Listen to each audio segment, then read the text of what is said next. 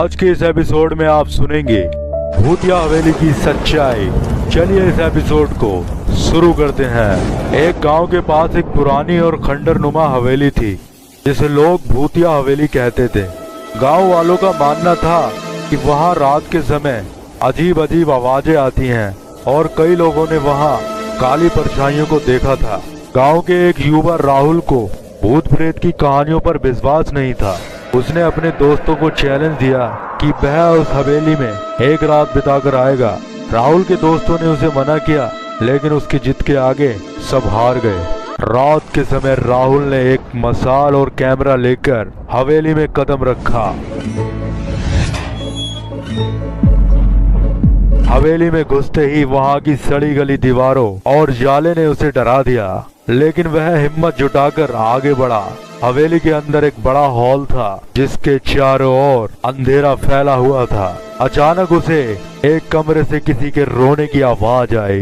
राहुल ने आवाज का पीछा किया और देखा कि कमरे में एक पुराना झूला खुद ब खुद हिल रहा था। उसने झूले को गौर से देखा तो उसे लगा जैसे कोई अदृश्य शक्ति उसे घूर रही हो।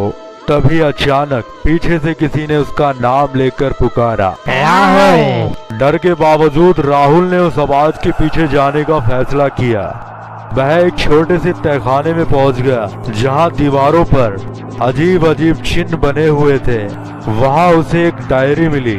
उसने जब डायरी पढ़ी तो पता चला कि वह हवेली कभी एक अमीर जमींदार की थी जिसने अपनी पत्नी और बेटी को लालच के चलते जिंदा दीवार में चुनवा दिया था। तब से उनकी आत्मा उस हवेली में भटक रही थी। राहुल ने जैसे ही डायरी बंद की, हवेली में हर ओर से खतरनाक आवाजें आने लगी।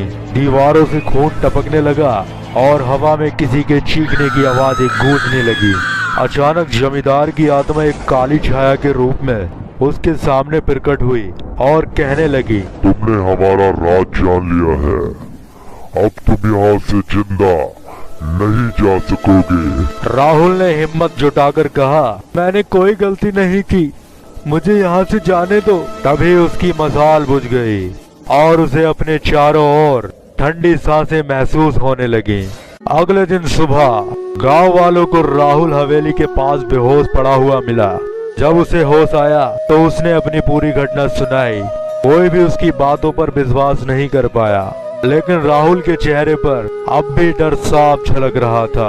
गांव वालों ने उस हवेली को हमेशा के लिए बंद करवा दिया, लेकिन आज भी कई लोग कहते हैं कि वहां से रात के समय अजीब अजीब आवाजें आती हैं। अगली बार अगर आप ऐसी जगह जाने का सोचें तो सोच समझकर फैसला लें, क्योंकि हर रात जानना जरूरी नहीं होता। आज के इस एपिसोड में बस इतना ही।